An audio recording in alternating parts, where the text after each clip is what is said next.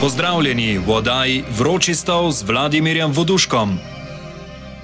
Spoštovane gledalke, spoštovani gledalci, dobro večer. Mandatarski kandidat predsednika republike, predsednik Pozitivne Slovenije, Zoran Janković, na tajnem glasovanju v državnem zboru ni dobil potrebne večine glasov in tako ni bil izvoljen za mandatarja. Zanj je namreč glasovalo 42 poslank in poslancev, za izvolitev bi potreboval najmanj 46 glasov.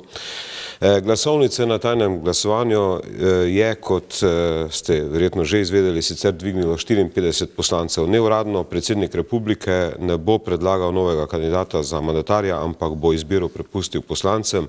Namreč v 2 tednih lahko predsednik republike vsako od poslanskih skupin ali najmanj 10 poslancev predlaga istega ali drugega kandidata za mandatarja. Kaj se je pravzaprav zgodilo danes in kakšni so scenariji nocoj z eminentnimi gosti, gospodom Petrom Jamrekom, nekdanjim ustavnim sodnikom in predsednikom Zbora za republiko, gospodom Maksom Tajnikarjem, profesorjem na ekonomski fakulteti, z gospodom Slavkom Gabrom, nekdanjim ministrom in politikom LDS-a in z gospodom Pavlom Gantarjem, predsednikom državnega zbora. Pa bi mogoče, gospod Jamrek, pri vas začel, nekako se uresničuje ta scenarij, ko pravzaprav vsaj po današnjem glasovanju nobena od niti leva, niti desna opcija nimata pravzaprav dovolj glasov, da bi sestavila vlado. Ja, ne vem, če je glih leva in desna. Del desne verjetno ima moč sestaviti vlado, če ta sredinska lista Gregorja Viranta pristopi k tej koaliciji, ne, tako da. Ampak zdaj nekako vaš scenarij, vi ste, ko ste se pogovarjali o tej oddaji, oziroma nekaj časa nazaj, vi ste rekli, da pravzaprav bi bilo najbolj pametno, da se oba potencijalna kandidata za mandatarja umakneta in da bi šele to napravilo prostor za neko novo zgodbo v Sloveniji. No, to so bolj tako moja malo provokativno razmišljanja. Meni se zdi, da v tisti zelo, kako bi rekel, napeti ali pa situaciji, ko je šlo skoraj na nož in ko sto se 2 močni osebnosti zoperstavljali, da v tej situaciji bi verjetno razelektrilo atmosfero, volilno telo verjetno bi z olajšanjem sprejelo, če bi se pojavila neka nova osebnost, ki bi bolj tehnično ali strokovno ali neko vlado narodne enotnosti ali neko programsko vlado vodila, ampak zdaj so verjetno po teh volitvah druga. O tem bomo seveda še govorili. Gospod Tajnikar, kako pa vi gledate oziroma kako komentirate današnji razplet v parlamentu, kjer pravzaprav Zoran Janković ni dobil niti 44 glasov, kolikor bi pač moral dobiti, če bi ga podprli vsi poslanci Desusa, SD-a in pa Pozitivne Slovenije. Zdaj veliko je špekulacij o tem, katera 2 glasova sta zmanjkala, ampak to niti ni pomembno. V glavnem 46 glasov ni bilo. Ja, v tem studiu zelo pogosto se delamo generale po bitki, kar je najlepši šport na tem svetu. In jaz mislim, da je na nek način človek lahko naprej pričakoval, da se bo kaj takega zgodilo. Saj konec koncev je bilo vse tako natesno narejeno, tako negotovo tudi prej, da bi človek lahko rekel kaj takega. Poleg tega pa se moramo zavedati, da desna opcija je relativno dobro organizirala se v tem obdobju in da je možno, da desna opcija dobi tudi mandat in da tudi prevzame oblast. Tisto, kar mene danes, današnji dogodki pravzaprav, kar mene razburja v današnjih dogodkih so neka vprašanja preprosto političnega delovanja, moralnih odnosov politikov do vprašanj, način delovanja parlamenta. To se mi zdi bistveno bolj sporno mogoče, kot pa recimo sam volilni izid. Zakaj mislite, na kateri točki? Gre konec koncev za, zdaj preden sem prišel v studio, sem poslušal tudi izjave recimo vodilnih strankarskih mož in jaz mislim, da je neverjetno veliko sprenevedanja, hinavščine, napačnega razumevanja parlamentarne demokracije, vloge poslancev recimo v parlamentu, tudi odgovornosti parlamentarcev do volivcev, konec koncev. In jaz mislim, da je mogoče danes najbolj izgubil parlament. Ne gospod Janković, ampak parlament. Za gospoda Jankovića, kot sem že rekel, bi celo malo rekel, da je bilo pričakovano, da se bo kaj takega zgodilo. Mislim, da je bilo preveč na vrat in nos vse skupaj. Ampak to, da se parlament tako obnaša, ne, to pa mislim, da ne. Mislim, da je nemogoče, da recimo parlamentarci ne glasujejo. Ne. Oni so plačeni, da glasujejo tam. Jaz sem jih volil za to, da gredo tja v parlament in da glasujejo. Jaz moram priznati, da je tudi to, da se omejuje seveda s takšnimi akcijami možnost, da posamezni parlamentarci izrazi svojo voljo, za mene popolnoma nesprejemljivo. Po mojem je celo to problematično zakonskega vidika. In zdi se mi, da je to tisto, kar je najslabše, ne, na nek način. In seveda, danes se veliko govori, kako se je, recimo zelo zanimiva teza, ne, da se tako ravna za to, da bi se preprečil kriminal, naprimer, ki je bil zadnji napovedan. Ne. Jaz moram priznati, da kaj takega sploh ne razumem, kaj parlamentarci mislijo. Ne. Jaz mislim, da med parlamentarci ni kriminala. Če pa je kriminal, potem pa ima naloga policije, da to vse lepo razišče, ne pa parlamentarci. Oni imajo pa nalogo, da glasujejo in da povedo, kaj mislijo. Če pa je to tajno glasovanje, pa da na tajnem glasovanju svojo voljo izrazijo, ne pa da ne izrazijo. V resnici danes je gospod Virant kot predsednik parlamenta pravzaprav slabo odigral svojo funkcijo. Jaz razumem, da če si predsednik parlamenta, je tudi tvoja naloga, da zagotoviš, da ljudje v parlamentu glasujejo, da upravijo svoje delo. Čisto preprosto. Kakor moram jaz iti predavalnico, ker drugače ne zaslužim za svojo plačo, kakor mora zdravnik delati v bolnišnici, tako mora tudi parlamentarec delati za svoj denar.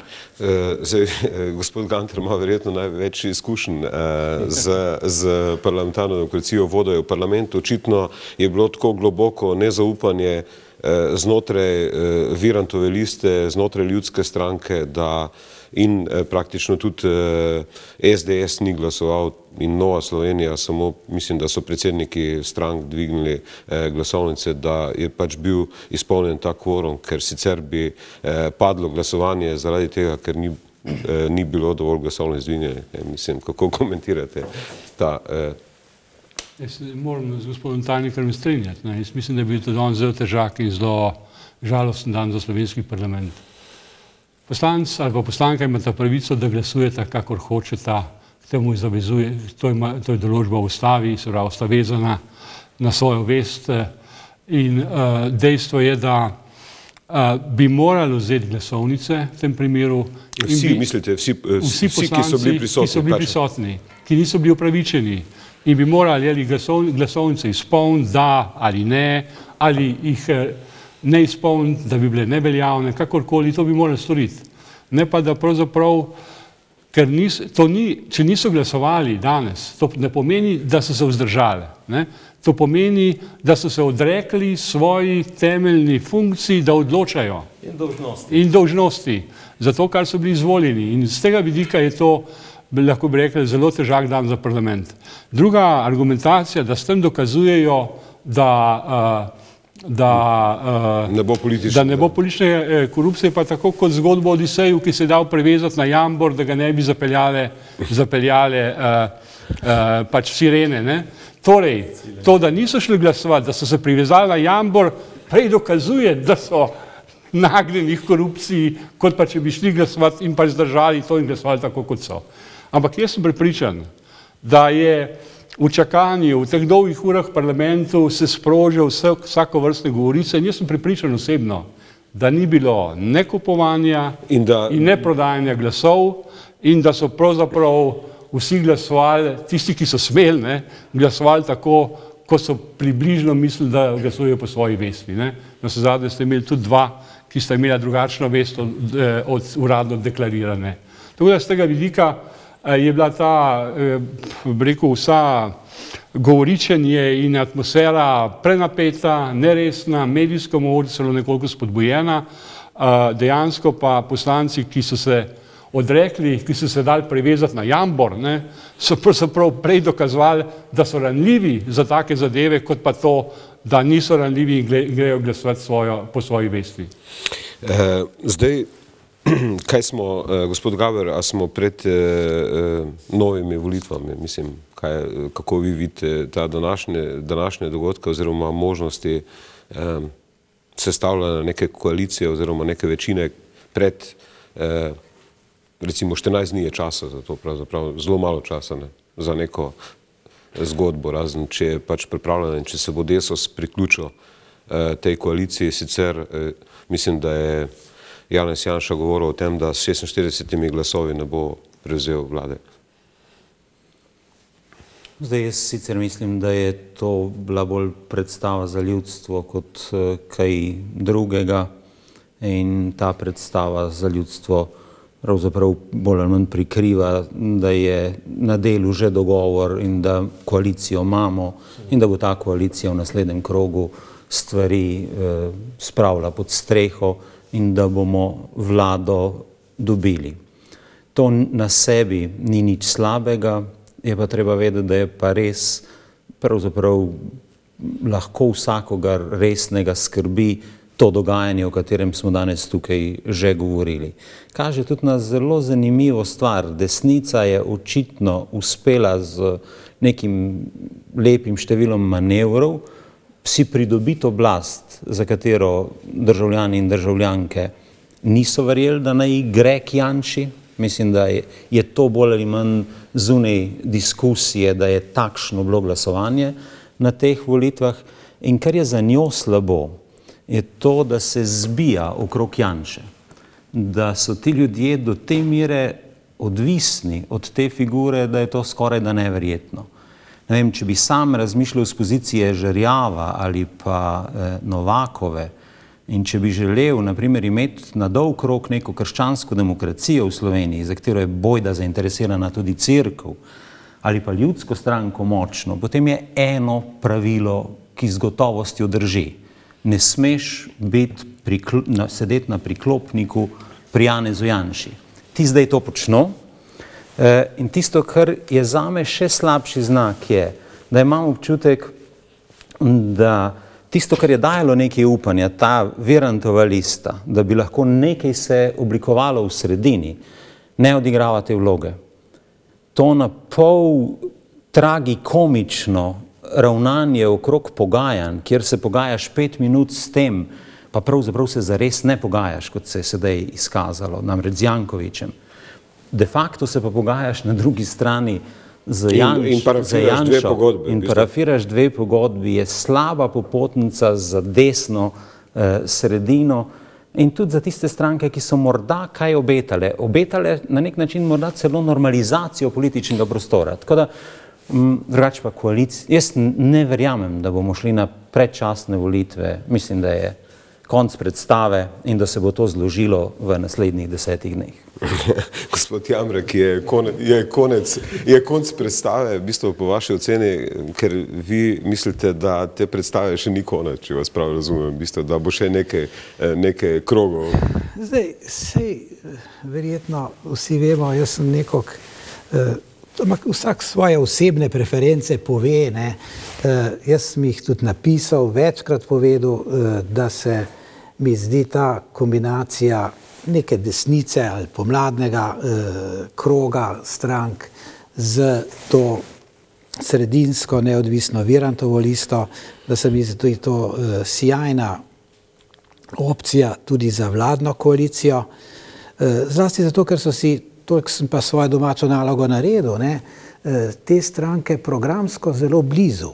S tem, da je mogoče Virantova lista še konceptualno najbolj čista, nekako v tem smislu ekonomskem, ne ideološkem, vendarle zastopa to nekako idejo konca tranzicije in normalizacije države na osnovi nekega normalnega tržnega gospodarstva. Ampak zdaj vi zelo dobro poznate, mislim, verjetno celo idejo Virantovo, ne, zdaj, če prav povzemam en neformalni pogovor, ne po današnjem dnevu, ampak takrat, ko so glasovali o predsedniku parlamenta, je mislim, da en poslanec očital, pač, da je bil gospod Virant že prej z Janšo dogovoren in mislim, da je Janez Janša rekel, da je bil to, da kako lahko očita nekoga, ki mu je žebelj v glavo zabil, ne? Zdaj so ga pa očitno zabili še Jankoviča. Ne? Mislim, kakšna je pravzaprav ta zgodba med Viratom in Janezom Janšo? Ne vem, res ne vem. Jaz kadarkoli odprem kakšen časopis, me začnejo nekako označevati kot nekega botra tega ali onega, nekoga iz ozadja, nimam nobenih kontaktov, pač poznam se z vsemi temi kolegi dolgo časa, kot se vsi vi, že desetletja. In zdaj jaz običajno napišem ali pa javno povem, če imam kaj zapovedati od časa do časa. Zdaj že ne 5 let skoraj nisem nič povedal, zadnje čase nekaj več. Ampak če dovolite, samo toliko, da tisto, kar so kolegi, spoštovani profesori tudi prej omenjali glede tega dogajanja pred današnjimi popoldanskimi volitvami v državnem zboru.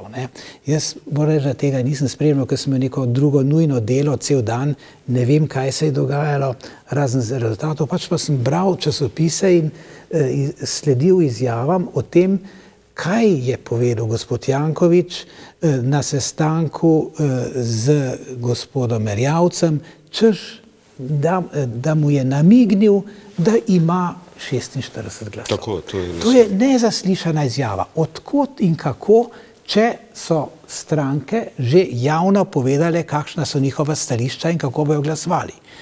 Zato jaz mislim, da je v ozadju glavni problem in zares izgleda, da je Slovenija to otroško bolezen demokracije že prešla, je ta problem kupovanja poslancev. To je ta fenomen Pucko, ki je znan iz leta 1996 in o katerem se je zdaj v medijih na dolgo in široko razpravljalo kot neki, in zdaj se je človek ovedel pravzaprav po skoraj da legitimni opciji, da se poslanca kupi. Torej, zdaj ni časa mora biti za to, da bi jaz razpredal na dolgo in široko, ampak to kupovanje poslancev oziroma sprememba poslanca in prehod iz ene stranke v drugo po volitvah je zame eklatantno in očitno protiustavni fenomen. To je protiustavno dejanje. In zakaj? Zato, ker je v nasprotju z duhom in z mehanizmom demokracije. Demokracija, vemo, je ustavna kategorija. Slovenija je demokratična država. In demokracija temelji na nekaj zelo jasnih načelih. In to je poštene volitve, večstrankarska demokracija, politični pluralizem in poštene volitve ne morejo delovati brez informiranih, politično seznanjenih državljanov, volivcev. In to se spet ne more dogajati brez svobodnih medijev. Po vaši oceni bi moral Jankovič brez svobode izražanja. To je koncept demokracije. Po vašem oceni Jankovič enostavno vrniti mandat in ugotovi, da nima dovolj poslancev? Ne, to tudi ne. Se mora ta mehanizem volitev v parlamentu izvesti do konca, ampak hočem reči, da je to, da je nek poslanec obljubil svojim volivcem, da bo jih predstavljal, predstavniška demokracija to terja, v parlamentu, glede na program stranke, za katero je on se opredelil, in potem po volitvah pa to svojo zavezo volivcem prelomi, je to protiustavno dejanje. Glede na vsa načela, ki sem jih ravnokar omenil. Izvolite. Seveda vprašljivo, tako in drugače, ni pa protiustavno dejanje in po moje to ne more biti prav v skladu z ustavo, ki ste jo vi sopisali. 82. člen zelo jasno pove.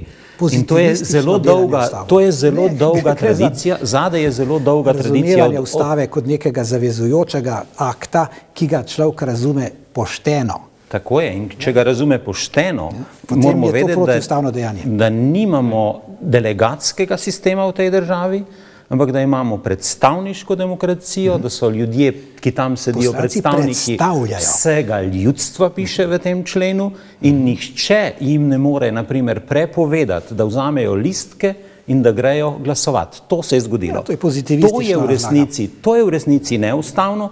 Tradicija parlamentarna pa od Brka naprej iz slavnega bristolskega govora pove, ko me volite zato, da če mi zaupate, da bom ravnal po lastni pameti. Če mi tega ne zaupate, potem me ne volite. In naj dodam še nekaj. Razlika je med tem, a se ima poslanec pravico po svoji vesti odločiti. In jaz sem vedno razumel, da ste pri polni zavesti v ustavo zapisali ta člen. In sam sem tudi ravnal tako, ko sem sedel v parlamentu. Povsem drugo vprašanje pa je, ali je kdo kupoval glasove. Jaz, na primer, ne bi bil tako drzen, da bi rekel, da je bil Puckov glas kupljen. To so velike besede. Jaz saj ne vem, da bi bil. Jaz mislim celo obrnjeno, da je Puckov po precej premisleka se odločil takrat v neki drugačni situaciji, da je poskušal, ali srečno ali ne, preseči mejo levo, desno. In prevarati volivce. Po drugi strani, če je temu tako, potem je mogoče z enako legitimnostjo trditi, da je zelo verjetno Virantova lista največja prevara teh volitev. Ti ljudje, ki so volili Virantovo listo z gotovostjo, v izjemno visokem odstotku niso želeli Janše za predsednika vlade. Če tako bereva ustavo, kot jo vi sedaj tu razlagate, potem pridemo zelo daleč. Seveda, jaz mislim, da je povsem jasno, da je volja ljudstva zaupana v poslance pod predpostavko, da imajo oni zdaj ta mandat in razum, da odločajo tako, kot pač odločajo. Jaz ne zagovarjam prestopov ali pa raznih takih zadev, vendar se dogajajo in se bodo še dogajali. Prav zaradi tega, ker lahko, ne vem, ten poslanec reče, ne jaz, moji ostali kolegi, moj predsednik stranke je izdal tisto, za kar sem se jaz boril na volitvah. Tako da, poglejte, samo da povem, etično, ravno zato, da bi se temu izognili, ste zelo dobro zapisali v 82. členu ustave, da je poslanec predstavnik vsega ljudstva in da je odgovoren predvsem, bi rekel, svoji vesti in da to njegovo odgovornost preverjajo volivci na volitvah in da nima imperativnega mandata, ampak predstavniški mandat. Tako da, ampak to ni tako pomembno. Poglejte, jaz mislim, da je vsakdo... Ne poznate ustave dovolj, ja, ne vem, zdaj se ne bi šel tele šole, ne bi se tele šel poučevanja. Ne, samo razumevanja osnovnega duha in načela naše ustave. Če boste želeli reči, lahko da je prestop poslanca koruptivno dejanje celo. Lahko, da je neko celo koruptivno dejanje. Vendar mislim pa, da z vidika, kako je poslanec definiran v našem sistemu, ni protiustavno dejanje. V tem smislu, kot je. Če ne, potem pa je pravzaprav tisto funkcijo, kot jo ima poslanec, ima pravzaprav stranka. Če pa to rečete, ne, gospod Gantar, ne razumete slovenske ustavne teorije demokracije. Preprosto je ne razumete. Jaz vaše ne razumem, to je res. Vaše je res ne razumem. Ne, se moja ista kot ustavna. Poglejte, pomembna neka druga stvar. Jaz mislim, da je tu v tej zgodbi veliko preveč odvečnega prahu. Se verjetno bi padel, gospod Janković bi padel, tudi če ne bi prepovedali oni, če bi dovolili glasovanje. Hočem reči samo to, seveda. Hočem reči samo to, zato je bilo še toliko bolj nepotrebno, ker niti svojih glasov ni imel. In če smo že na tem, so šli k večjemu glasovi od njega stran, ne k njemu. Ampak hočem reči to, predvsem je treba reči tole. Danes, da se ne ve, kakšna bo koalicija. Koalicija je. Koalicija, ki je izvolila predsednika državnega zbora, obstaja od 21. decembra naprej. In jaz vam povem, da bo ta koalicija izvolila tudi predsednika vlade, kar sem tudi takrat javno povedal, 21. decembra. Zato je seveda bilo zelo malo verjetnosti, da bo Jankoviću uspelo narediti kaj drugega kot neko drugo koalicijo, kot taki že obstaja. In posebej zato, ker je sam naredil takrat veliko napako, da je pravzaprav prišel na ustanovno sejo vlade oziroma parlamenta brez rešenega vprašanja, kdo bo predsednik državnega zbora. Tako da tu je vse jasno in jaz Virantu, samo to še rečem, Virantu ne zamerim ničesar kot stranki.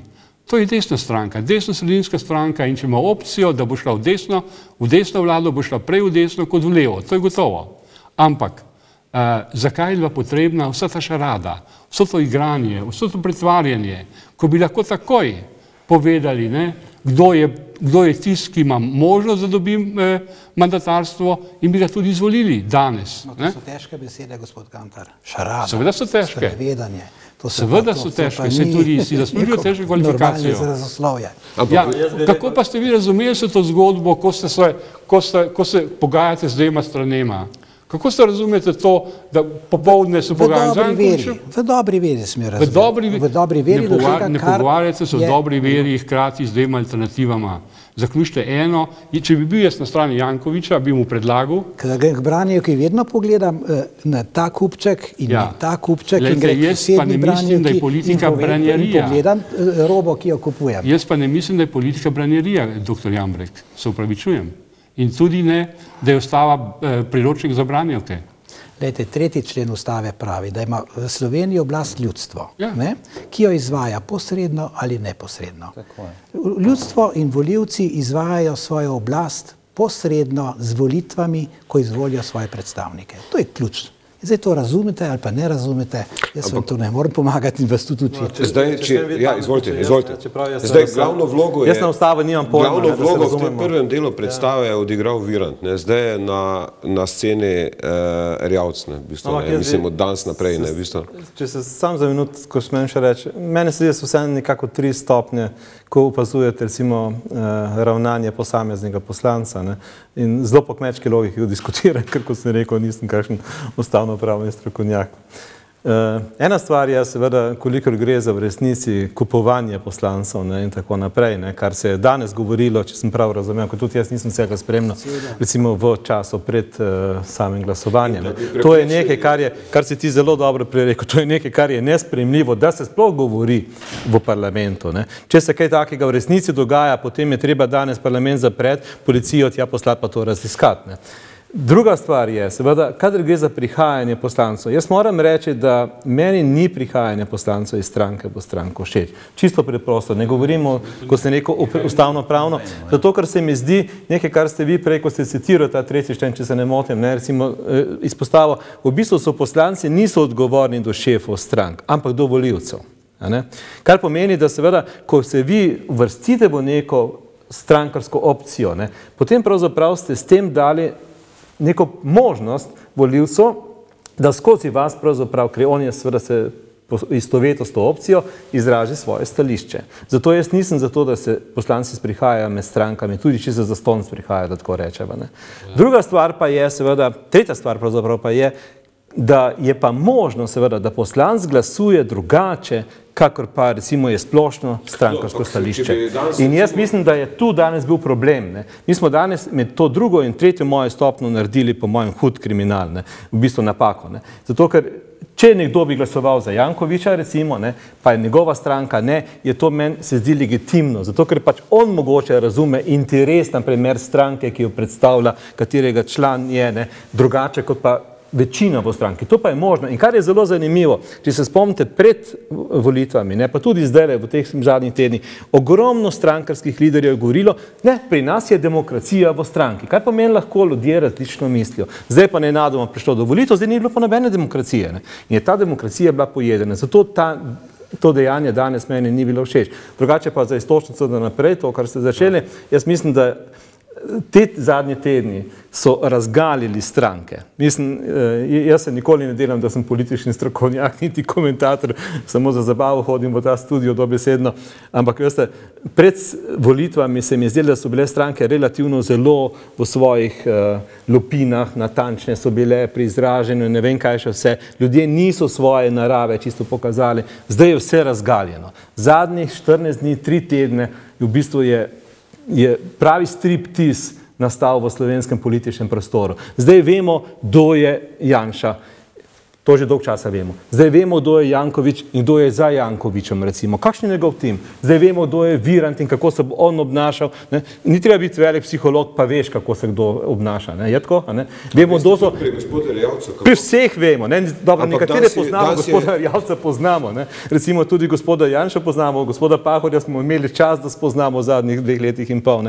In je hes v tem, če ga prej nismo, seveda. Ampak zdaj smo še te nove ljudi spoznali, ki jih moče prej nismo. Zdaj vemo, kako se Virant obnaša. Ne. Zdaj bi, če bi bil, ne vem kaj, psiholog ali psihiater, bi lahko napisal njegov profil, naprimer, ker je toliko bilo v javnosti vsega. Ne. In veste, zdaj ni nič več skrito, ne. Nič ni več polikano. Ne. Zdaj je vse zmečkano in razkrito. In to je tisto, kar mene pravzaprav moti malo na nek način v tem trenutku. Res se s tem ustvarja, to sem zdaj poslušal, transparentnost političnega prostora, ampak veste, včasih je pametno biti v obleki, ne brez obleke v prohodu. Dobro, jaz predlagam, da da nisi tako transparentno. Cari so tudi nagi. O tem političnem striptizu, o katerem ste vi govorili, nadaljujemo po oglasih.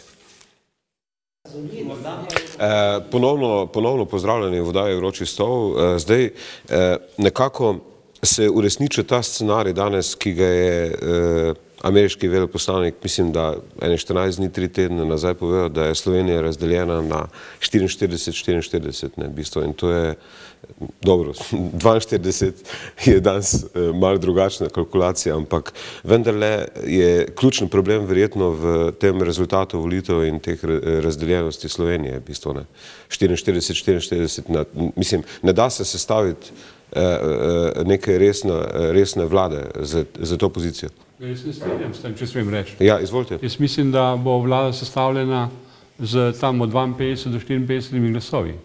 Mislite, da bi bila tudi Jankovićeva, če bi seveda ena od strank ocenila, da je bolj oportuno ali pa bolj smiselno z vidika realizacije njenega programa iti v Jankovićevo stranko, to je lista Gregorja Viranta.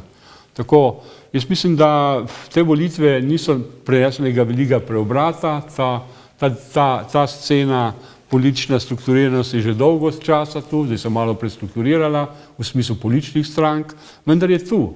Tisto, kar je mogoče najbolj zanimivo, je, da je na desni nastala neka, narekovaju, mavrica, ki pa utegne zbledeti.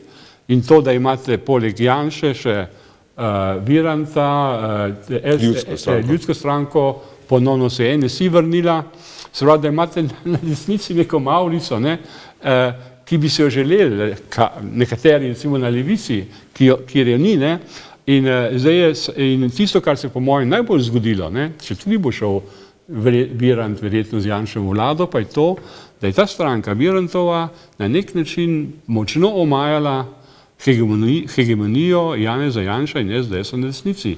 In to, jaz mislim, je z tega vidika pozitiven rezultat teh volitev in bo zelo zanimivo opazovati v bodoči vladi to dinamiko med SDS-om in listo Gregorja Viranta. Gospod Gantar, ki jo vi omenjate, ima še vedno samo 44 glasov, brez Desusa. Z Desusom seveda. Z Desusom jih ima 50, recimo. Brez Desusa jih ima 44. Ja, plus Desus če se Virant priključi. Desus plus 2 poslanca manjšin, ki bosta pa tokrat glasovala, ker ne bosta odločila, in bo to vlada z 52 glasovi. Ona sta tudi sedaj odločila, to je naslednja zelo zanimiva situacija, ki se je zgodila v parlamentu, ne glede na to, da sama govorita, da nista bila odločilna, sta prav obrnjeno. Ona dva se postavlja na eno stran.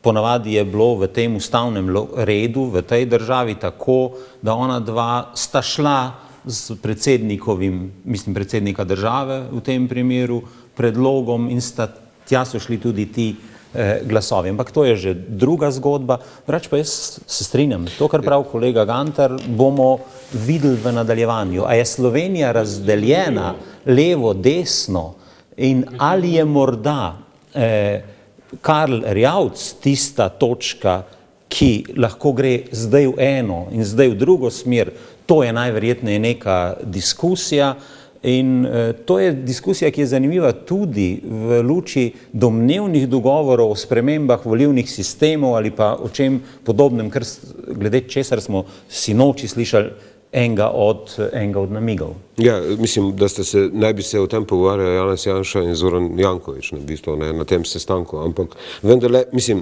verjetno vajen scenarij drži glede na današnje glasovanje, da je pač zmanjkala 2 glasova Jankoviću in naj bi, vsaj sodeč potem, verjetno v Pozitivni Sloveniji je Janković dobil vse glasove, v SD-ju so si gledali med sabo, kako je kdo glasoval, tako da, ker se je precej špekuliralo, ali bo Pahor in Erjavž ali bosta glasovala za Jankovića, medtem ko naj bi v Desusu pač v znak potrditve te nove koalicije umanjkala 2 glasova. A je možno to tako razumeti? Današnje, ker točnega, kako je kdo glasoval, verjetno ne bomo zvedeli nikoli. Ne? In mi smo neprimerni, da špekuliramo o tem.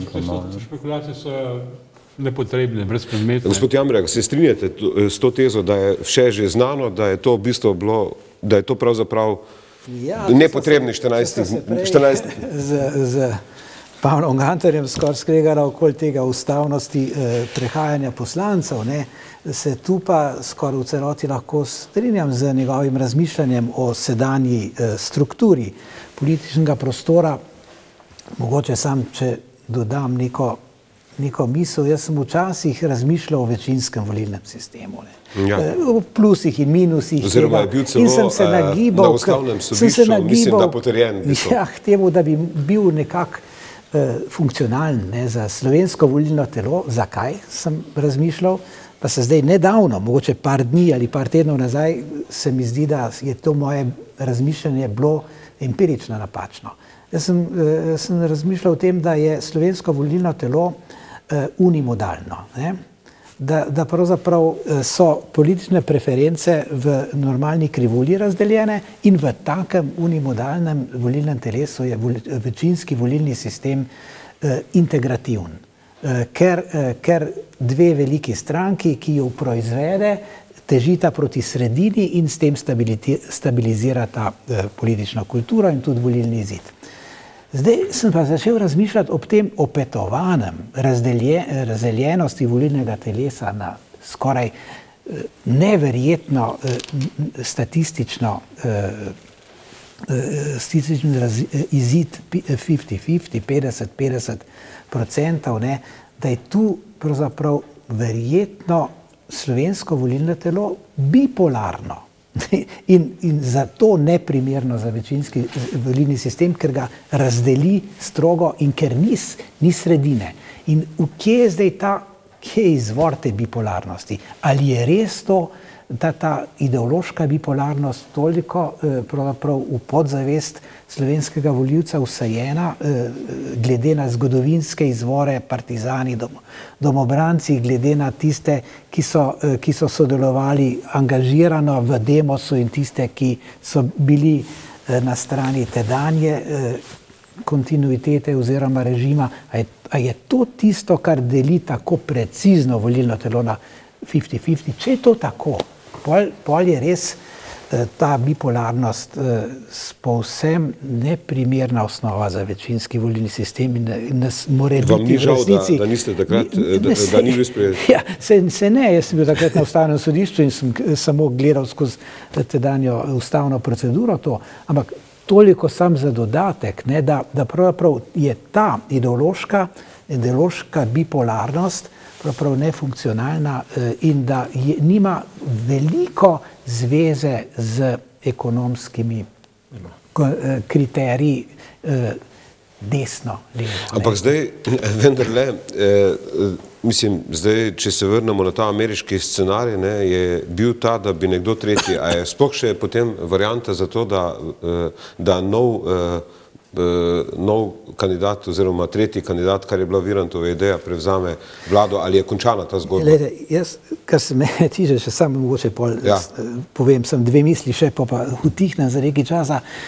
Jaz sem se osebno ne zavzemal, ampak bi bil vesel, če bi prišla neka široka desno-sredinska koalicija v položaj, ko bi oblikovala vlado, zato ker je programsko blizu in ker se mi zdi, da je ta nek previdni liberalizem ekonomski razlastitve države v teh tranzicijskih časih, ki še trajajo, skrajno zdravilen za rešitev te slovenske dvojne krize, svetovne in domače tranzicijske. Tako da to se mi zdi, da bi bila dobro izhodišče za nek vladni program, ta desni.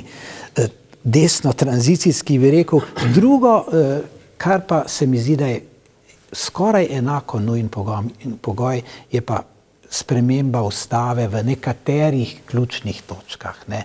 To se nakazuje. Skoraj vse stranke so že v svojem predvolilnem programu imele neke tovrstne predloge in zato se mi zdi vendarle vredno razmisliti tudi o neki desno-sredinski vladni koaliciji, razširjeni pogojno ali pa programsko na neko ustavno koalicijo. Ne z Desusom, vidite Desusa kot rešitev tega. Se je jasno, da sem rekel, da se strinjam z gospodom Gantarjem, da je najverjetnejša ta državno-zborska koalicija, zdaj tudi vladna. To je najverjetneje. Mislim, o širitvi te koalicije z temi 50, 52, 54 glasovi tudi na občasno ustavno koalicijo oziroma ustavno večino, ki bi rešila še tudi te ustavne zavore reševanja sedanje slovenske krize. Gospod Gaber, izvolite. Se strinjam v tej točki, da je potrebno nekatere ustavne zavore, kot vi pravite, odpraviti.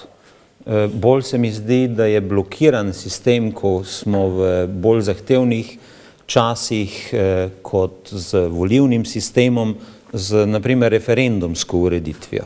Ne glede na to, da smo imeli koalicijsko vlado, tisto, ki sedaj dokončno odhaja, je ta vlada, če smo pošteni, spravila v parlament in skozi parlament vse ključne zakone. In trditi, da zaradi tega, ker je bila koalicijska vlada, ni funkcionirala, da parlament ni funkcioniral, preprosto dejstveno ni korektno. In dogovoriti se o tem, kako lahko sistem funkcionira, kje je lahko hitrejši, kje je lahko bolj prožen, kje res vzpostavlja ta varovala iz, mislim, da tega istega člena, ki ga vi sicer omenjate, torej, ko govori o neposredni demokraciji, to je treba ponovno premisliti. Sedaj smo tu preveč širokogrudni. Zato, da bi pa to lahko naredili, če smem samo končati, pa jaz mislim, da potrebujemo več kot desno-sredinsko koalicijo, to bomo zelo očitno dobili. Mi bi tukaj pač potrebovali nekaj, kar bi bilo sposobno iti preko preko te črte in šele takrat bi lahko imeli tako ustavno večino in taka vlada bi Sloveniji bila potrebna. Mislite Janković, SDS, ali kaj mislite? Mislim, dve velike stranke, ali kaj? Jaz mislim, da po teh volitvah objektivno ni bila mogoča in da smo zgubljali čas za to idejo, politično gledano, ne glede na to, a je ideja dobra ali slaba. Mislite, da bi se velike stranke povezali, dve velike stranke in mislite... V tem konkretnem primeru to očitno pač ni mogoče. Izvolite, gospod Gantar. Točno pred letom dni je stranka Zares, smo stranki Zares, če se še dosti spomnim, mi grede, smo objavili program za odpravo blokad. In točno te stvari smo imeli, saj veliko teh, ki jih je imel dr. Jambreč, predvsem, ki se veže na blokado političnega sistema, recimo v referendumu in podobne stvari. Tudi smo opozorili na volilni sistem, ki je nedokončan.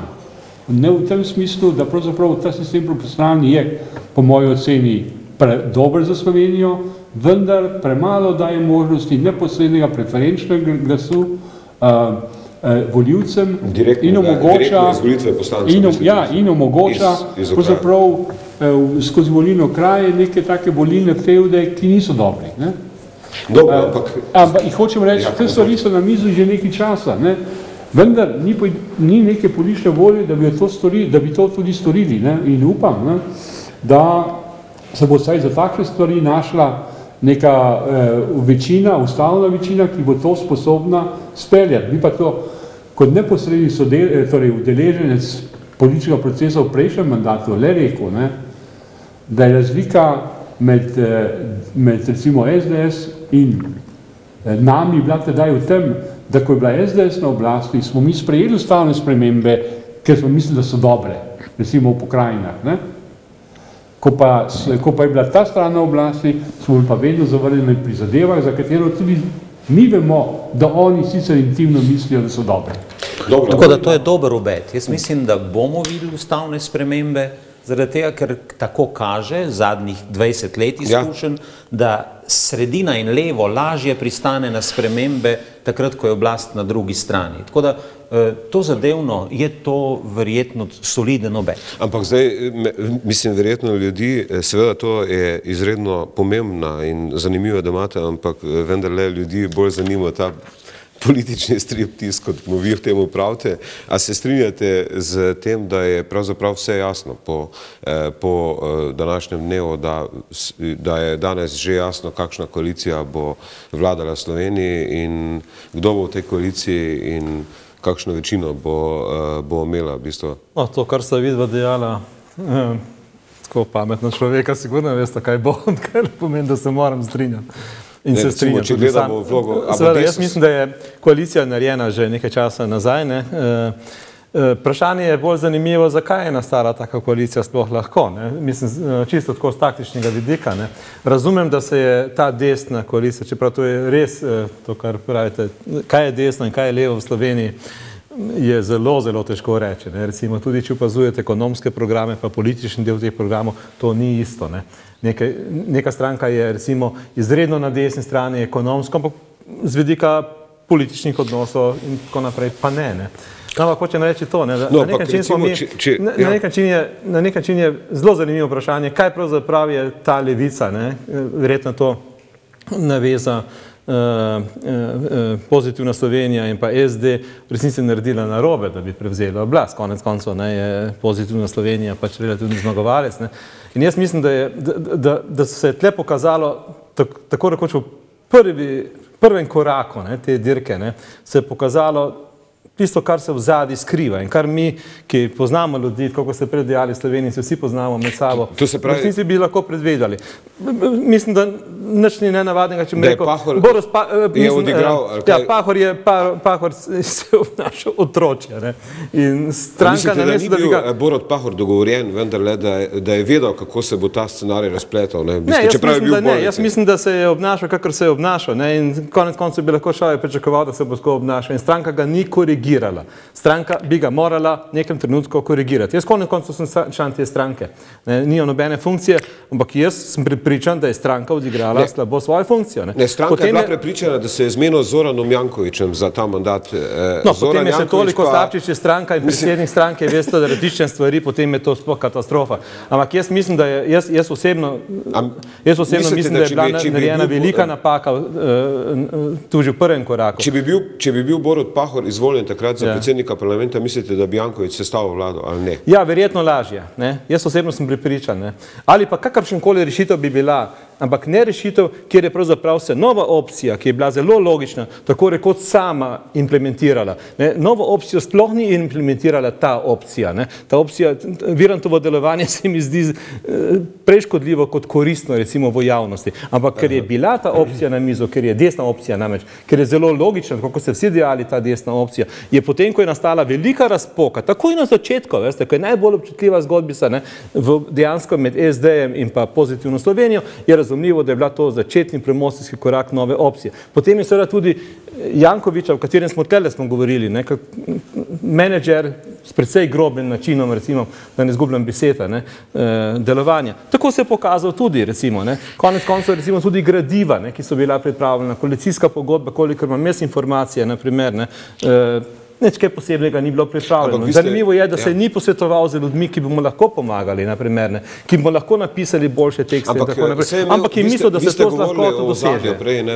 Skozi se je govorilo o tem, da je v ozadju nekdanji predsednik Milan Kučan. Je to zdaj v bistvu ta opcija zgubila? Kako v bistvu ta prvi...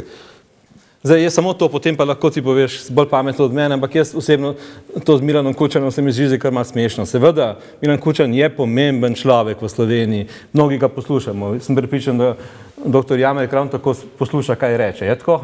In je hec o tem, da ni rečen, da se ravna tako, kakor on meni. Ampak jaz mislim, pa tudi, če nič ne reče, potem pač vi imate neko mnenje o njem, da nič ne reče zaradi tega. Ampak jaz mislim, da delate prevelik cirkus iz tega človeka, ker konec koncev so potem v prvih vrstah v resnici ljudje, ki danes vodijo stranke. In ti ljudje so zašuštrali zadeve. če seveda se skušamo vprašati, zakaj pravzaprav je leva opcija zdaj tako končala, kakor je. In jaz sem pripričan, zgodbe leve opcije je konec, ne? Jo ne vidim nikjer več. Desna opcija nama, jaz upam, da bo samo čim prej se, bi rekel, konsolidirala, poiskala pot, Ja, ki je zelo preprosta. ampak Desus je vendarle na levici, gledajte, Desus se tudi ni dal, ta svet stranke sploh ni sprejel še odločitve, da bo šel v desno koalicijo. A bo dobo od leve strani dovoljenje, da gre v to veliko koalicijo, Kar izvoli. Prosti, no, kako se bo on odločil, ne vem, ampak če gledamo od zunaj, bi rekel, da se bo odločil ali da sodeluje pri sestavi neke vlade, ki je tak, ki se zdaj ponuja, očitno, ali pa da ne sodeluje in se gre na predčasne volitve. To je, tudi ta možnost je. Torej, jaz mislim, da je velika verjetnost, da bo nastala desnosredinska vlada. In ta koalicija, ki je že izglasovala predsednika državnega zbora, ni pa 100% nujna, ampak mislim, da se bo to zgodilo. To, kar bi želel povedati, je to, ne, da to je v kup nekih zgodb nesrečnih potekov, vse je v spredju, nič ni v ozadju. Tisti, ki išče ozadje, zanemarja to, kar se vidi. Ozadja ni, vse se vidi od spredi. In to od spredi se je videlo, da je bilo slabo za predsednika, za zmagovalca, za rečenja zmagovalca, da na prvo sejo državnega zbora ni prišel z zaprtim vprašanjem, kdo je predsednik državnega zbora. In ker se že to ni zgodilo, je bilo tudi slabo, ker ko je opazil, da se mu pelje kot predsednik državnega zbora Gregor Virant, da ni zahteval 15 minut odmora, da se ni posvetoval s poslansko skupino, umaknil svojo kandidatko in podprl Gregorja Viranta in s tem bi zavezal Gregorja Viranta bolj k neki možni drugačni koaliciji. To bi se lahko zgodilo, vendar se ni zgodilo. Ampak pač v tem smislu bi lahko državljanska lista Gregorja Viranta imela malo več problemov, kako se izvleči iz objema relativnega zmagovalca. Mislim pa, da je srce te liste in razum, če smem tako reči, na strani desne sredine ali pa desne vlade in da je bilo to za pričakovati. Jaz se pravzaprav s tem zaključkom strinjam. Ne verjamem, da bi te napake so seveda na ravni potekov nekatere stvari pospešile v neko smer. Ne verjamem pa, da so naredile kaj več kot to, da so zmanjšale težave listi Gregorja Viranta. Gregor Virant bi imel težje opravičilo pred volilnim telesom, povedati, kako je, zakaj je tako enoznačno v objemu Janeza Janše. To je tudi stranka, ki mora najbolj premisliti o eventualnih, ako bi se to vendarle zgodilo, predčasnih volitvah. Stavim, da je to stranka, ki bi izgubila. Če bi se zgodila predčasne volitve, mislim, da Viranta na teh predčasnih volitvah verjetno... Jaz ne govorim o tem, koga ne bo več, vendar vem pa, da bi volivke in volivci, ki so sedaj dali glas, dvakrat premislili o tem, ali bi ga ponovno dali, ker ustrajam pri tem, da če testirate to volilno telo ne more izražati nobenega posebnega navdušenja v pomembnem delu, to volilno telo za koalicijo, za to, da ti glasovi omogočijo Janezu Janši, da vlada v tej državi.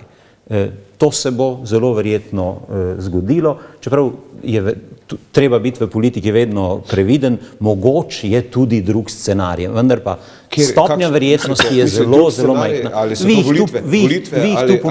Vi jih ponujate že vse skozi med to oddajo in vse od teh, ki jih ponujate, so tudi mogoče, vendar je pa stopnja verjetnosti nizka. Dobro. Čeprav se moramo zavedati, in to je tisto, kar recimo jaz sem vseeno ekonomist, Slovenija mora paziti na vsak evro.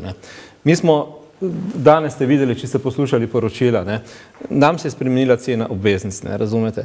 To, kar smo danes v parlamentu naredili, ni stalo 10.000 evrov, razumete, stroško parlamenta. To je stalo milijone in milijone evrov, samo današnji dogodek. In jaz mislim, da se s tem igranjem, ko mi pravzaprav relativno solidno ekonomijo, da se razumemo, pokvarimo z katastrofalnimi političnimi razmerami, to se mora takoj prekiniti. Čisto vse eno za mene, kot ekonomista desna ali leva opcija, ampak mi se moramo s tem nekati igrati. Nove volitve bi za nas pomenile ne ekonomsko katastrofo, ker bi gospodarstvo slabše funkcioniralo, pač pa ker bi imeli dejansko sliko navzven na finančnih trgih katastrofalno. In to dejansko tudi v resnici stane. Jaz pravim, jaz sem takoj za nove volitve. Veste kdaj?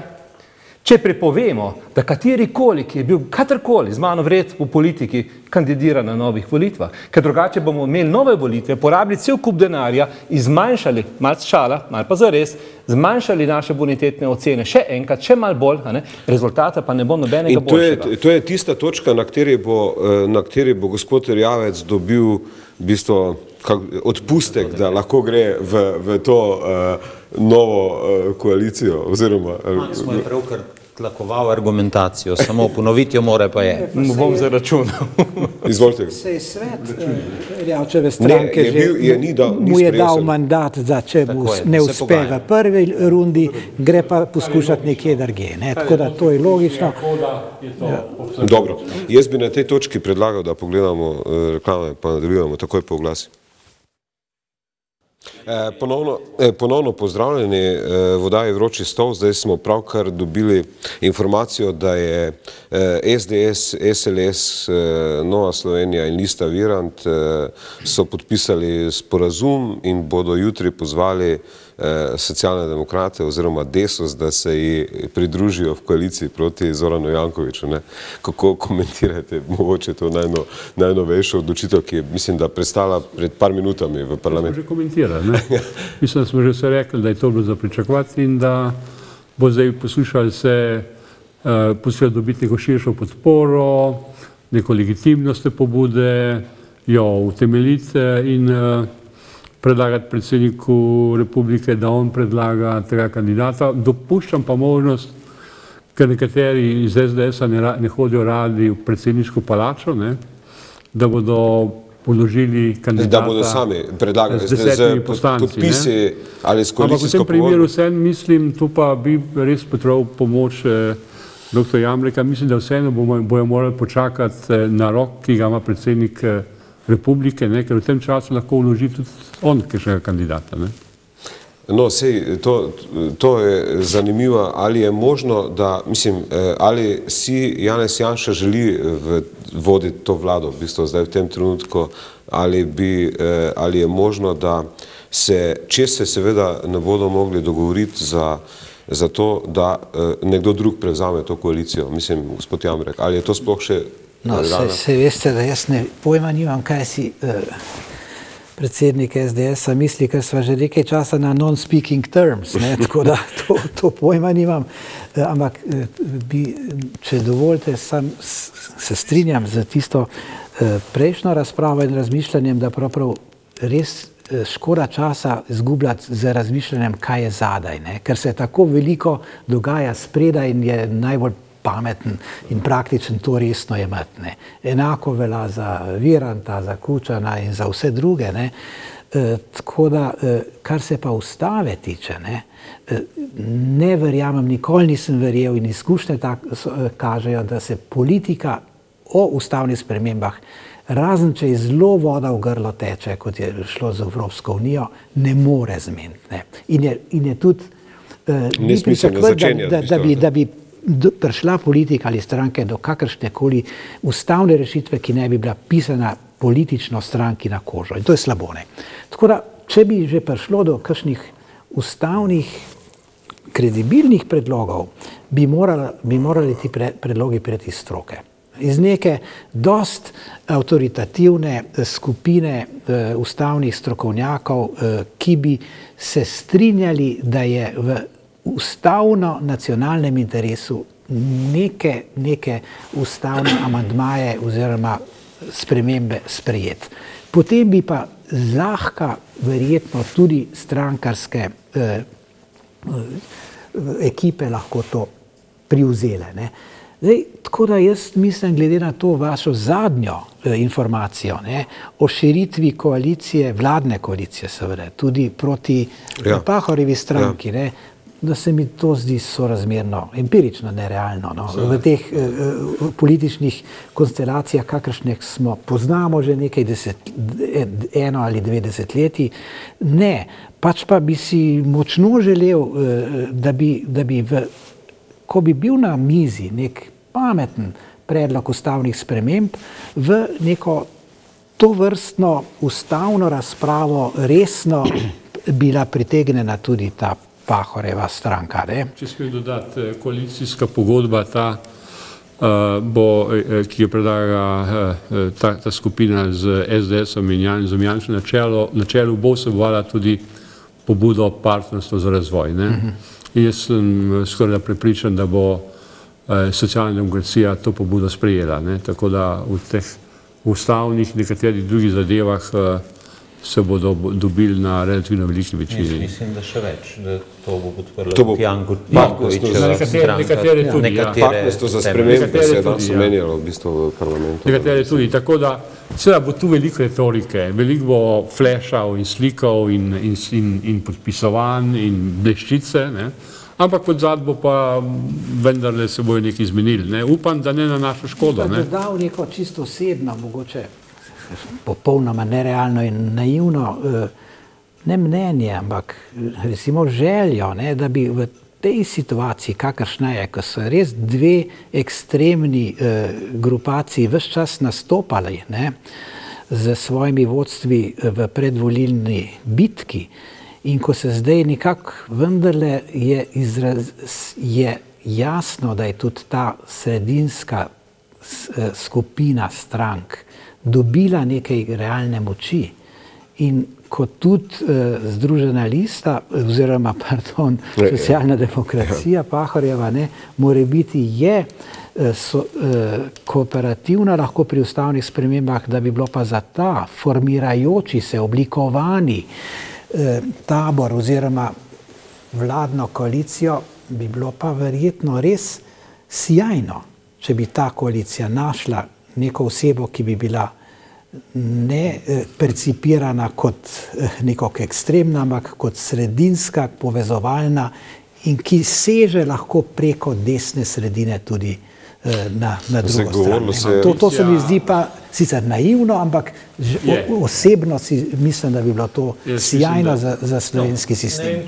Govorilo se o Francetu Arharju, v bistvu ne bi. Bilo bi zelo zvito, ker pogoj, da bi se to zgodilo, je, da na to pristane Janez Janša in potem bi to bila oseba, za katero bi Janez Janša bil prepričan, da je prava oseba. Tako da jaz si ne želim tako zelo tega, ker mislim, da je samo na tale način mogoče.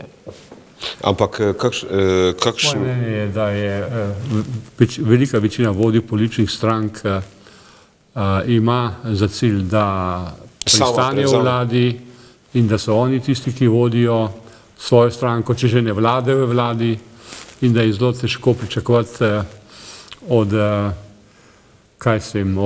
kralja, da se odreže žezlu, če ga je težko prigaral. Ni bilo tako težko prigrano, v bistvu, glede na poraz na volitvah. V letih, ki so bile, predtem in tako naprej. To je Virant pripomogel k uspehu te koalicije, če se bo formirala. Bo to verjetno njegovo pogumno in samostojno dejanje tedaj, ko je neko pahljačo in Maurico in avtonomijo na tej desno-sredinski strani vzpostavil. Tako da tu... A je to končana zgodba? Jaz bi si želel, da je to res, da bi vaše besede zadele v to, kar se bo tudi dogajalo. Imam pa občutek, da smo bližje temu, da bo to stranka, ki ne bo igrala posebej velike vloge v taki koaliciji, kot jo sedaj napovedujemo in o njej poslušamo, da bo vendarle tam se vedelo zelo natančno, kdo je gospodar in kako bo tekla politika v tej državi v naslednjem. Posebej pa, če drži, da je to bilo samostojno dejanje Gregorja Viranta, v bistvu ta poskus izstopa iz SDS-a in oblikovanja. Tega zdaj ne bo nišče verjal več, ne? Mislim, bolj ko si poznavalec, bolj ti je jasno, kaj se dogajalo, ampak seveda ljudje niso tako dobri poznavalci in mogoče pri tem niti ni bistveno, kaj je bilo v resnici, ker za politiko je tako, kakor v marketingu, trženju. Važnije je, kaj mislijo kupci, pa kaj pravzaprav je proizvodo. In Jaz mislim, da je Virantova stranka zdaj na nek način dosegla neko stanje, ki je problematično, ne, če mene kdo vpraša. Ne. Zato, ker jaz sem prepričan, da večina ljudi misli, da ta poteza Viranta ni bila nenačrtovana. Da je, tudi nekateri zelo znani ljudje z desnice so govorili v tej smeri. Ne.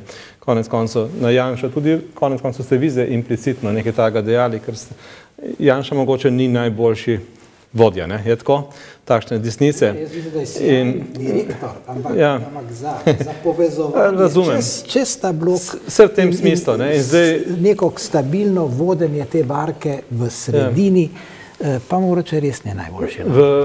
Dobro, zdaj seveda se je pojavil tle nekdo zraven, ne, in zato, da bi seveda tiste, ki tako mislijo, ne, že pred volilnem času, ne, pravzaprav neutraliziral in jih vezal na sebe, ne, in zdaj jih je vezal na sebe, ne, in zdaj na koncu je rezultat tak, da je dejansko njegova stranka ključna za to, da je prišel Janša na oblast. In to bojo ljudje mislili tako, ne. In je hec o tem, da, kar je zelo narodna percepcija ljudi in volivcev pravzaprav za Virantovo stranko, ne. Zato, ker jaz pa mislim, da večina ljudi, ki so Virantovo volili, pa niso čisto tako mislili, kakor je zdaj končni rezultat, ne, pač pa nekaj prej, ne. In poleg tega, jaz mislim, da je zelo težko. SDS je resna stranka. Jaz spoštujem organizacijo, njihovo, bi rekel, tudi ideološko usmerjenost in tako naprej, aparat, ki funkcionira, volivce. In jaz mislim, da taka stranka strašno rada požre majhne stranke, ki nimajo niti preveč zaslombe. Danes smo začeli... Mislite SDS-a, kaj govorite o SDS-u? SDS-a, ja. Danes smo začeli, ti si prej govoril čisto na začetku o NSI-ju, recimo, ne. Jaz osebno, če bi bil šef NSI-ja, jaz nikoli ne bi šel v tem trenutku v nobeno koalicijo, ne, ker to se je že... Ampak oni so navdušeni nad tem. Ja, sem videl šefico, da je bila zelo navdušena danes, ne, ko je dala intervjuje, ne. Ker se bojim, da preteklost slovenska politična kaže, kako se ta krščanska demokracija, ki bi morala biti resna stranka na Slovenskem, jaz sem vedno mislil, da je to ena resnih strank in je imela dobro zasnovo. Kako je izgubila? Se ne razmišljajo za 2 mandata naprej ali pa za 1 mandat? No, tega ne vem. Ampak če diskutiramo že tle ravno o teh stvareh, če imaš neko strategijo na tem področju, moraš biti zelo previden, kaj stranko počneš. Ne? In za Viranta je zelo nevarno, da se seveda v tej novi koaliciji izgubi. Desus se ne bo zgubil na noben način. Ne? Virant zelo hitro in tudi NSI se lahko zelo hitro zgubi. Sploh, če prehitro prestane na neka stališča. NSI ima zelo ekstremna sem ter tja stališča, če sem tako reči, moče ni najboljša beseda, ne? Ampak izrazita stališča. In zdaj, ko se enkrat vi spravite v neko veliko stranko, NSI pa ljudska stranka sta v bistvu... SDS recimo nima ekstremnih stališč. Poglejte, preberite recimo program SDS-a, recimo ekonomski del, na primer, a vi ste vi resno strukturo... Ob kozarcu vina se vse zgliha. Vse ljudska stranka nima neke resne strukture, pa Nova Slovenija v bistvu. Ne, ampak hoče ravno to reči. Izvolite. Jaz sam hočem reči, da to je nevarnost tega, kar se zdaj bo zgodilo za te dve stranke, če tako naprej gledamo za nekaj let. Ne? Moje mnenje je to, no, da seveda je odvisno zdaj od stranke Gregorja Viranta od državljanske liste, odvisno, kako se bo v tej koaliciji sprofilirala. Ali kot tista, ki bo omejevala Janeza Janšo, ali kot tista, ki bo služila Janezu Janši, ne? Ne samo sprofilirala, ampak tudi delovala. Ne? Tu je zdaj, jaz si zdaj nekega enoznačnega odgovora ne upam dati, samo hočem pa reči pa naslednje, poglejte. Stranka državljanska lista, tako kot Zorana Jankovića, Pozitivna Slovenija, je nastala 1 mesec pred volitvami oziroma manj. To so na hitro skomponirane stranke. Oni sploh ne vedo, kaj imajo noter. Vse zato jih danes niso pustili glasovati. Če bi vedeli, koga imajo not, bi... Mi smo ustanovili stranko za res 1 leto pred volitvami. In ko so se začele dogajati resne razprave o določenih stvareh, recimo o energetiki, sem jaz sedel na sestanku svoje stranke in se spraševal, kaj pa ta gospod zraven mene dela v tej isti stranki. Proces ustanavljanja, oblikovanja stranke je dolg proces in ti še sploh ne veš, kaj imaš noter. In šele, ko bojo padale prave odločitve, se bodo lahko krhale ali ne krhale strankarske vezi in tako naprej. Tako da je veliko stvari odprtih. Samo ti pomagam, vprašanje recimo te 6, naprimer. Ja, to je tako diametralno različno stališče, recimo Virantove liste in pa recimo SDS-a, da to ne more priti skupaj na noben način. In bo zelo zanimivo, kaj se bo zgodilo. Glede te 6 še najmanj. To bi lahko popularno pojmovali kot te 6 koalicije. Jo vsi podpirajo, tako da tu ne bo problema. Izvolite, gospod Gaber. To, o čemer govori kolega Gantar, ima hrbtno stran. Bojim se, da so napovedi manj obetavne za to, kar bo šlo skupaj z Janezom Janšo. Prav zaradi tega, ker načina, na katerega je koalicija nastala, to prinašanje manjkajoče vode strani Virantove stranke, preveč pove o tem, kakšna je stopnja verjetnosti, da bodo samostojni. On je ena od strank, ki je verjetno v tej nevarnosti, o kateri kolega Max govori. Ampak tu sta zraven še dve drugi stranki. Edin, ki najverjetneje res bo vedno našel neko varianto, dokler se bo verjelo, da je on ta, ki rešuje upokojence in upokojenke, je Erjavec. Medtem ko tile pa vsi, ne vem, če lahko kaj posebej profitirajo. Edin, ki ima profit, vendar tudi ta je kratkoročen. Tu se strinjam s tem, o čemer ste vi govorili v enem od intervjujev, kolega Jambrek. Tudi Janša ima ta problem, da če ti ne dihajo okrog njega, skupaj se mu ne bo vedno posrečilo najti situacijo, v kateri se bo našel pogojno Virant, ki mu bo omogočil, da lahko naredi koalicijo. On ima ta problem v celem tem spektru. Zato ne samo, da ima probleme sredina in levo, z tem, kako daleč lahko pride. Oba ta dva tabora imata o marsičem za razmisliti, kar zadeva volitve, ki bodo naslednje volitve. Ampak jaz mislim, da velikih problemov... Izvolite. Seveda, ne, jasno. SDS nikoli ni dobila volitev, ne. Ona je vedno prišla tam do nekih 29%. Vendar je prišla v vlado večkrat in sicer vedno takrat, kadar ni vodila pred volitvami kampanje, ne. Demos je bila neka velika koalicija, kjer je tudi ta predhodnica, sedanje SDS, zmagala, ne. Potem je, potem je bila leto 96, ko je izgubila ta stranka, potem je bilo leto 4, ko je dobil volitve pravzaprav Zbor za republiko, ne, in so bile stranke utopljene v to kolektivno dogajanje, ki se je takrat in brez mandatarja izrecnega takrat tudi je šla ta koalicija Zbora za republiko na volitve, ne. Potem je bilo leto 8, ko je stranka zgubila, ne, je sama vodila predvolilno kampanjo in zdaj je zgubila ta stranka, ne, spet leta 11, vendar bo prišla v vlado zaradi neke širše koalicije, ki se je dogodila mimo ali celo proti njej, ne. Tako da to je neka zgodovinska, empirična logika, ki je nenačrtovana in se dogaja, ne, pač. Jaz mislim, da je en problem, ne. To je problem legitimnosti, ne. Problem legitimnosti je vedno problem, ne, in problem zaupanja. Pahorjeva vlada je padla ne zato, ker bi izgubila glasove v parlamentu. Parlament je delal dobro z tega vidika, si že prej kolega Gaber povedal, ampak zato, ker je izgubila legitimnost, ker ni bila več verodostojna, ker je izgubila referendume, ker je noben ni več prepoznal kot vlado, ki bi lahko kaj storila. Kot veste, smo v zaresu takrat poskušali neke ukrepe narediti, niso prišli skozi, zato smo šli ven, potem je vlada padla, ampak padla zaradi legitimnosti. In ta vlada bo pa nastala v pomanjkljivi legitimnosti. In to preprosto zato, ker se bo govorilo, tudi zaradi današnjega načina glasovanja, ne, da relativni zmagovalec volitev ni imel fair šanse, da sestavi vlado. Ne. In to bo velik porodni problem nove vlade, ki ga jaz zdaj ne bi zanemarjal.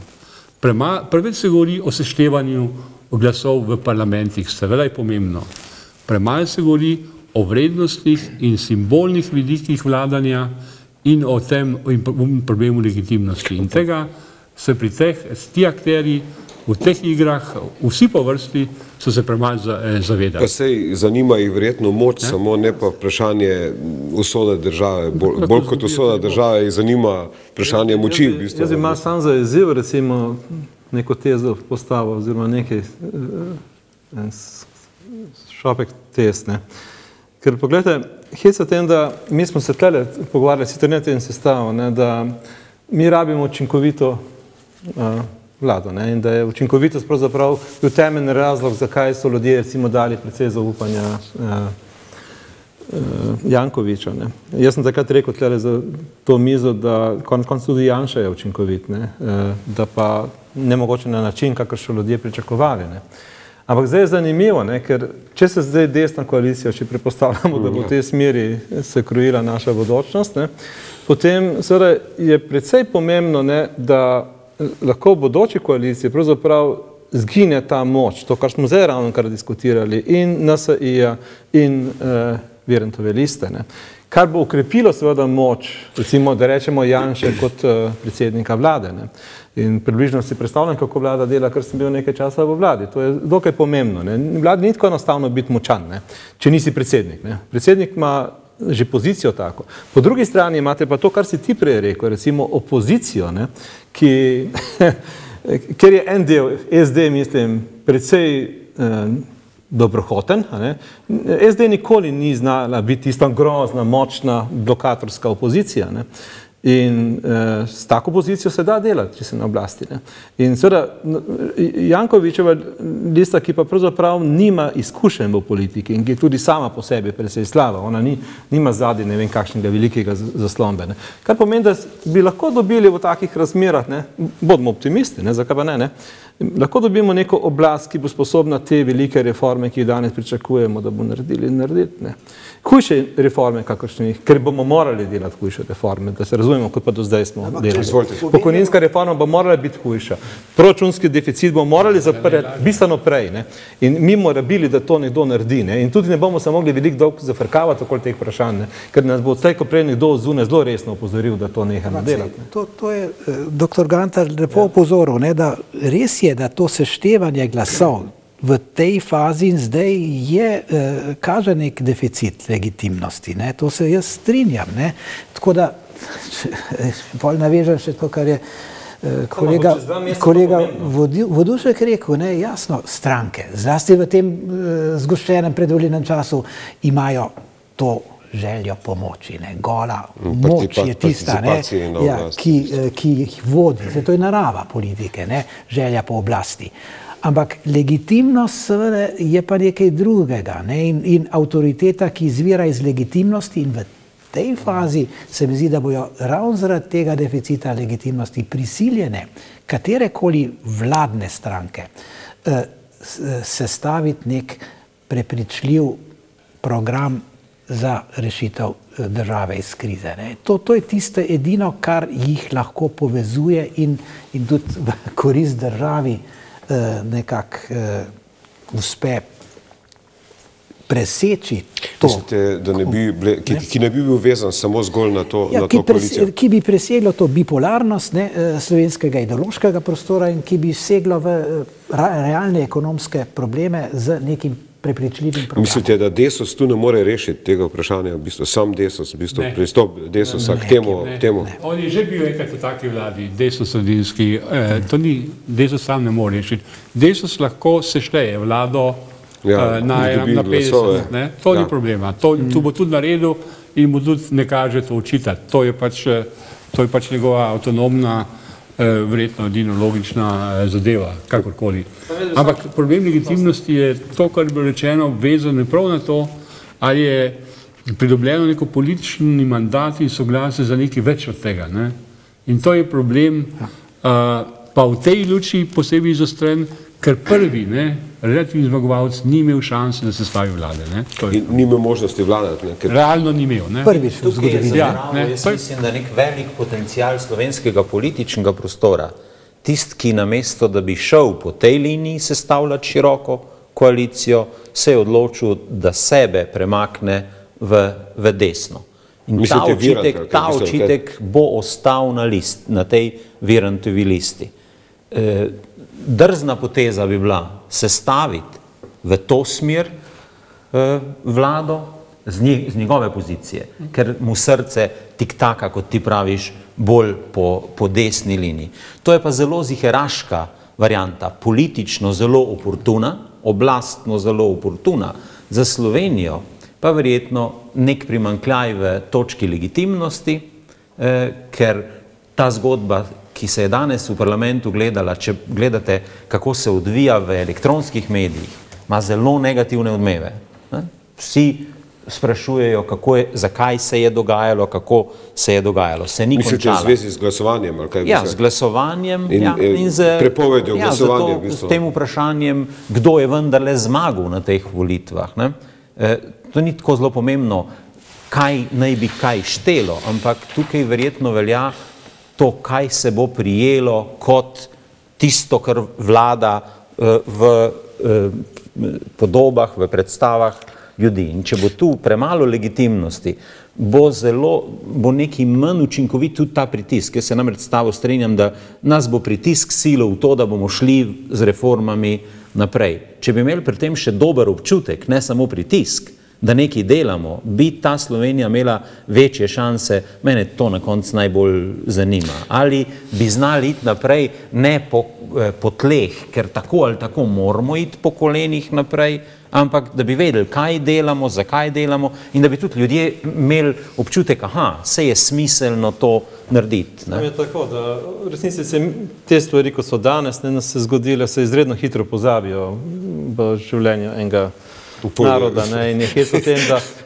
na nek način ljudje reagirajo na tisto, kar se tekoče dogaja. In če bi seveda nova vlada bila močna, dovolj, da izpelje nekatere reforme, zdaj zelo hitro na začetku, ki so dovolj popularne, bodo priglasili te uspehi. Če spomnim sam, smo že pri koncu.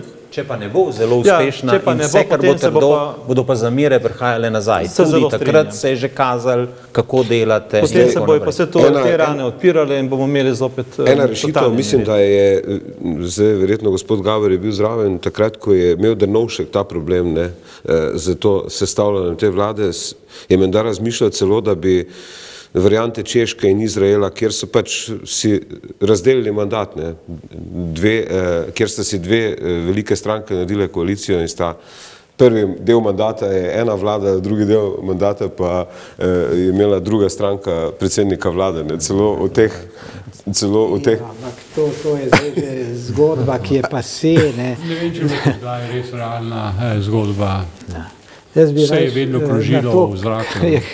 Kolega Gaber rekel, se je zmidla, zdaj sva že tolikrat bila skupaj na teh intervjujih, da počas že vem, kako vam srce in na kateri strani vam tiktaka in tudi zame je jasno, na kateri strani bi srce tiktaka, čeprav se lahko razumno pogovarjava, ampak vendarle ne. Sej jaz pa mislim, da to je pa le kolikor toliko res, da gospod Janković ni imel skoraj nikakršne koalicijskega potencijala.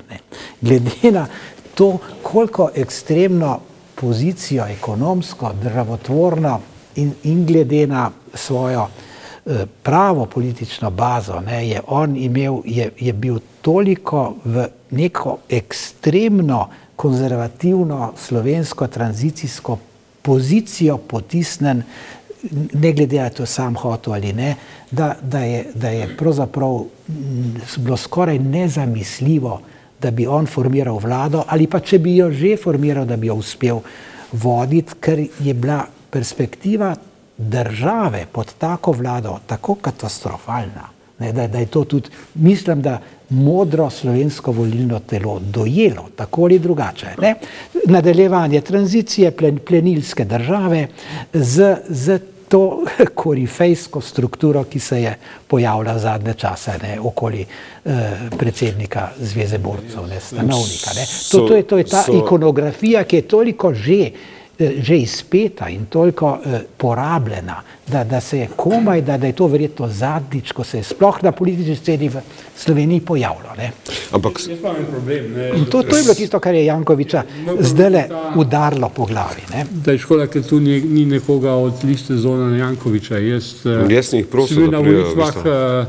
Na drugi strani in nimam zdaj nobenega interesa ali pa karkoli braniti neko opcijo politično, ki sam ne pripadam, in imam sam dosti kritičnih opažanj o njej. Ampak, če govorite o tej veliki razliki, potem bi vam povedal predvsem to, da je po mojem glavni problem v Sloveniji neka zelo tradicionalna neokorporativistična naravnanost, ki jo opazna in na desni in na levi.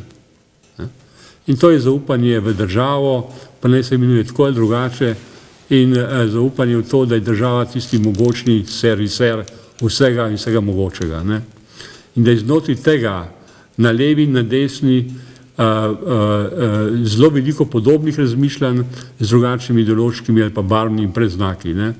In da so te razlike, ki se nam zdijo včasih med eno listo, med enimi, ki so na levi in drugimi, ki so na desni, bistveno manjše, kot se nam zdi na prvi pogled. S tem dodatkom morda, da ne vem, kaj vse je z Jankovićem, ampak ne pozabiti, to je dobro ne pozabiti, ta lista je zmagala na teh volitvah in to v tej državi. Se mi zdi, da rahlo preveč poenostavimo, če mislimo, da so jo volili samo, vi res mislite, da jih je volil 28% star tip urejanja razmerij v tej družbi, a ne. Zelo mešana je, se mi zdi, ta struktura tistih, ki so mu dali glas. Kar nekaj je tistih, ki niso nikakor želeli potrditi nekega načina vladanja, ki se ga bojijo strani liderja desnice. Ker nekaj je tega, tako da tu ne smemo biti preenostavni v teh koncipiranjih, kaj se je dogajalo. Jaz nič druga tudi ne močem. Da bi se strinjal z dr. Jamrekom, zato ker jaz mislim, da je moče to, kar ste vi navedli kot negativni vidiki Janković, verjetno zelo pomembno bilo, da je on dobil precej glasov. Jaz ravno drugače to gledam. On je imel v sebi en naboj menedžerja, ki učinkovito rešuje probleme, v Sloveniji pa ne rešujemo problemov, da je bilo zelo pomembno, po mojem je to zagotovo enih 70% recimo teže njegove kandidature, ampak je bilo v bistvu vseeno, levica je pri nas močna, da se razumemo. Ljudje, če gledate ljudi, ne govorim strankarska levica, ampak ljudi, in v bistvu odnos do partizanstva, odnos do recimo tudi do ampak očitno ni imela pravega liderja, hočete to reči? Ne, sploh ne. Jaz mislim, da je bilo čisto vse v redu, ampak bilo je nesmiselno pričakovati, da bo on kaj več dobil. Vi ste rekli, da ne more SDS dobiti kaj več, kot pa je zdaj dobil SDS. Jaz mislim, da tudi Janković ne more kaj več dobiti, če bi recimo v nekih normalnih razmerah. Problem je v tem, da seveda se ni dala v resnici sestaviti koalicija. In če ste bili skeptik z tega vidika, ste že naprej lahko videli, da je dejansko razmerje sil v parlamentu tako, da se ta koalicija težko sestavi. Poleg tega pa jaz še vedno vztrajam to, kar sem danes rekel, bile so narejene katastrofalne napake, recimo strateške napake, če ste hoteli koalicijo na levi strani sestaviti. Mi bomo imeli prvi situacijo, v kateri bo stranko očitno premijerja predsednika vlade dala druga najmočnejša stranka, o tem pa je odločila četrta najmočnejša stranka. To je prvič. In videli bomo, kako se bo to dejansko obneslo v nekem političnem prostoru, to bomo šele videli. Tudi to je samo delno res. Jaz bi se na tej točki, ker mislim, da smo že presegli čas, bi se vam zahvalil za zelo zanimivo, mogoče na momente akademsko razpravo, ampak pomembno, mislim, da za razvoj slovenskega političnega prostora. Seveda vam, spoštovane gledalke in spoštovane gledalci, pa hvala za pozornost in lahko noč.